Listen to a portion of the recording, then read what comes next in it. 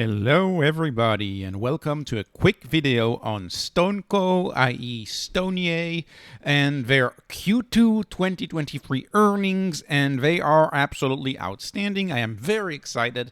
If you follow me on the channel, you know it's one of my bigger positions, and it's a position that I've had for a while, so I'm very happy to see them do so well. And why am I that excited? Well, let me tell you why I'm excited. Because you may know my favorite metric on this channel is I like when companies don't hide quarter-to-quarter evolution. I like when companies write all of their quarters out. You know, because sometimes they try to bury a slowdown in growth. They try to hide that. StoneCo didn't do that, and StoneCo did even better. So when you have a slowdown in growth from Q4 to Q1, you see they didn't hide it. They told us it was essentially flat out quarter over quarter. Well, I have great news. Now it's up quarter over quarter and up quite a bit at 3 billion reais compared to 2.7 billion reais. So actually, if you look at it, that's an 11.11% growth. If you annualize that, we're at an annualized rate of growth right now for revenue of 52%. If you annualize it, now of course they have some seasonality, but to me this is a very nice positive to see that growth coming back on. And you know, you may say 52% growth annualized, so quarter over quarter becomes 11% Q over Q becomes 52%. You may say, oh, that's not that many. Like, for example, Nubank has more. Yeah, but here's the thing. Companies like Nubank or the local that I covered this morning, they don't trade at 3 times gross profit. They're not the first or second cheapest stock in my coverage universe, depending on the week. StoneCo is the cheapest stock ever. Like, it's extremely cheap. It's as cheap as HIMS. It depends on which week you look at it. And so I'm very excited to see a stock this cheap showing these numbers, right? 52% annualized growth.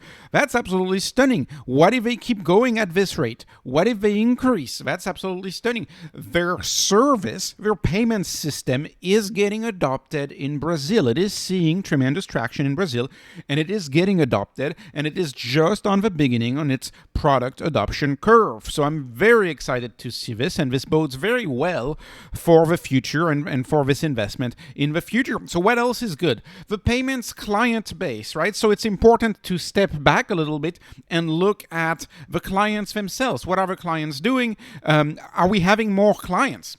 And actually, the number of clients is increasing. So we nearly have 3 million small businesses in Brazil that use the StoneCo pay terminal. 3 million. That's amazing. So that's an increase in the number of clients too at 7%, 7.4% in the increase. Annualized rate of client growth is 33%. So this is a company that's seeing more and more businesses adopting the payment terminal, and those businesses are using it more. So you're having a dual action on the revenue. Revenue is increasing even more, obviously, and this is how you can get something exponential. This is how you can get some really stellar growth numbers when you have both more customers and those customers use your product more. So this is very compelling. But this is not the only good news. There's more good news. The transaction volume is up, and this is something that I expect quite a bit from Brazil, because they started dropping their interest rates, right? Their interest rates are going down. Lula is doing everything to relaunch the economy, and so when you start to restart an economy or jumpstart an economy by dropping interest rates, what's going to happen is you're going to have more velocity. The velocity is going to go up. People are going to spend more money, and of course this is a business that makes money on velocity, right? Because it's all about the take rate. How much money do you take per transaction? And even the take rate is up at 2.48%. So that's absolutely amazing when you think about it. And the PIC sphere, so you may remember if you've been following this stock, 6-9 months ago, PIC spheres were big. People were saying, oh, well, Brazilians are not going to use credit cards anymore. They're done using credit cards. They're going to use PICs. PICs is their version of FedNow in the US. It's the payment system that was launched by the Brazilian central bank.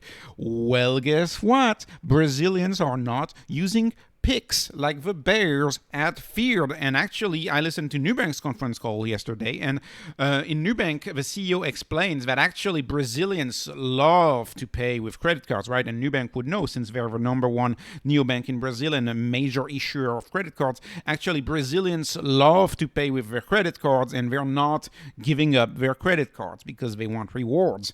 So that's the reason why people are not using Pix as much as people thought, and Pix is actually taking share away from cash. Pix is replacing cash, and that's the same in the US. Fed now is targeting cash. It's not targeting credit cards because people love credit cards in general, right? I mean, they've been around for like 30, 40 years. There's a reason for that.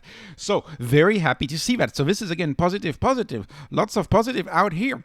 But we got another surprise. Software. So I've been covering this stock. I say this is like 90% the Square of Brazil and like 10% the QuickBooks of Brazil. That's my way to explain it. But software I've been dismissing because software has been flat. Well, guess what? We got a surprise on software. It's up. The software revenue is up 8% quarter over quarter. So it's amazing. It's up 80%. So it's nice to see software. Software is 8% of revenue right now, and it's up 7%. Sorry about that. So it's nice to see software be up 7% quarter over quarter. This is amazing because software had been flat. This time, software is up. So, we'll take it. That's the cherry on the cake. We'll absolutely take it.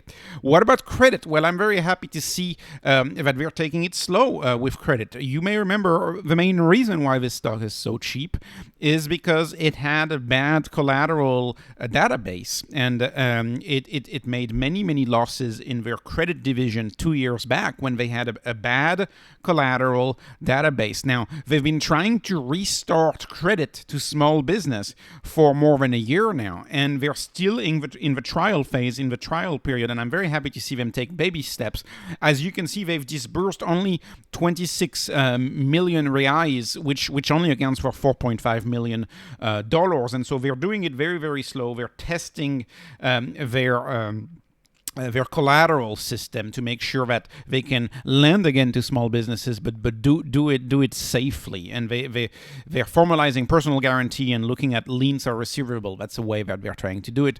Loaning money to small businesses is yet another small area for growth for STNE. Well, it could actually be very, very big, but they have to be careful, of course, because this adds a layer of risk if businesses stop repaying. I'm glad to see them going slow in this. The payment terminals and how many people are using payment terminals is more than enough for me to invest in this stock. More than enough of a reason. I'm nitpicking here, but so their expenses, their costs and expenses, they've been under control. I'm gonna say they're down, and you say they're down because you have a revenue that increases 28% and the cost of services only increases 9%. So it makes sense to say that it's all down. Even marketing is down relative to the speed at which we're growing, but marketing is down the least. That's why I say I'm nitpicking here when I say they could invest more in marketing, because it is the expense category that is down the least. So this is a company that keeps investing in marketing, as evidenced by their recent campaign, their partnership with Big Brother Brazil, which is like the most popular show in Brazil. They're investing in marketing. And that's good to see. I always nitpick on marketing and always say I want to see even more marketing spend. This is especially true for StoneCo. This is something that I've pointed out before, but this is a company that's heading straight for anti-fragility with such an amount of cash. So they have $870 million worth of cash on the balance sheet for a stock whose enterprise value, mind you, is right about $4 billion. So enterprise value right about $4 billion. So you're close to 23 to 25% worth of cash of the value of the stock is in cash. So it's a lot. It's a lot of cash for this stock to hold, and they will have this cash to hopefully invest in the business. That's always what I like to see. If they don't want to invest in the business, if they don't see opportunities, hopefully they do buybacks one day. That'd be nice to see. And lastly, I will end with the guidance. So I have a few things to say about the guidance. Of course, the 22% year over year here year and 4% quarter-over-quarter that they guided for Q3.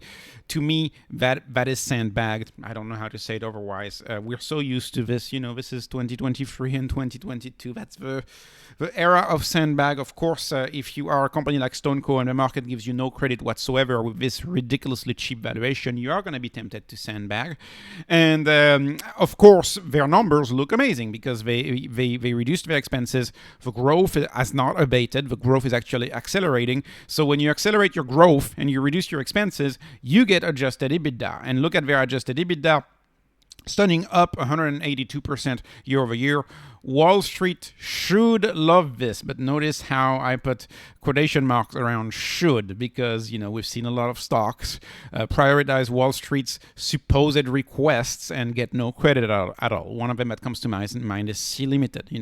Amazing EBITDA. Wall Street doesn't care. So I always want to be careful with this. But yes, this is a stock that generates a lot of cash flow, and this is a stock that is attractive to both growth investors like myself, as well as value investors like, say, Warren Buffett. And this is why this stock is owned by Cathie Wood and Warren Buffett. Both of them find something to like in the stock.